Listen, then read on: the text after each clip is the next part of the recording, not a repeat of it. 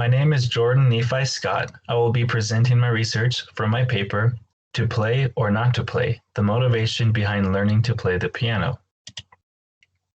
My two informants include, first, my grandfather, who I will call John Smith, and second, my grandmother, who I will call Kristen Smith. John was a professional pianist who has perfect pitch. He is musically talented and plays many instruments. Kristen only plays for her own enjoyment. She does not have a perfect pitch and plays the piano and the violin. I will start off with a quote from my first informant, John, which demonstrates McGuire's need for modeling. It says, "I wanted to learn because my older brothers were doing it. It was like, when can I do it? Let's get to it. They weren't doing too much, and I wanted to do it." In the quote, John said that he wanted to learn to play the piano because his older brothers did, and John wanted to be like them, which is a perfect example of modeling. Another quote from John demonstrates Maslow's theory of esteem. It says, "I listened to my friends. Were any of them playing the piano? If so, how were they doing it? I wanted to be better than them in order to be the best." John wanted to be superior and more prestigious than his friends who also played the piano. He wanted to be esteemed by his colleagues and wouldn't settle for second place.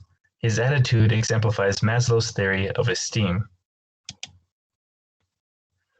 My second informant, Kristen, talked about her experience learning to play the piano in a broken home, which demonstrates McGuire's need for tension reduction.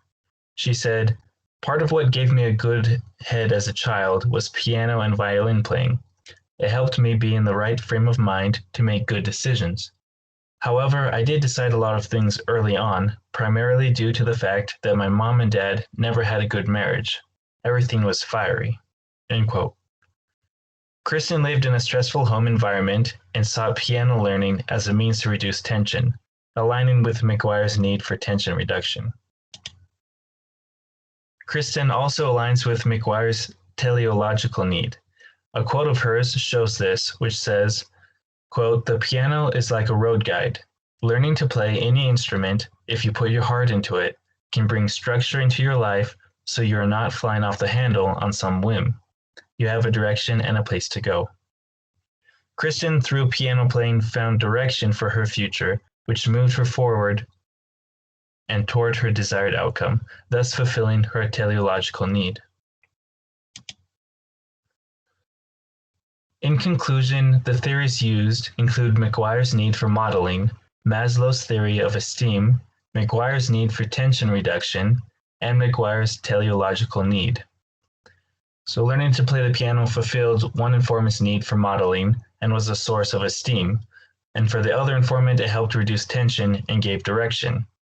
So for marketing purposes and strategy, if a company wanted to market towards consumers such as John and Kristen, then for John, they would want to focus their marketing campaign on examples of prestigious high-end concert performers.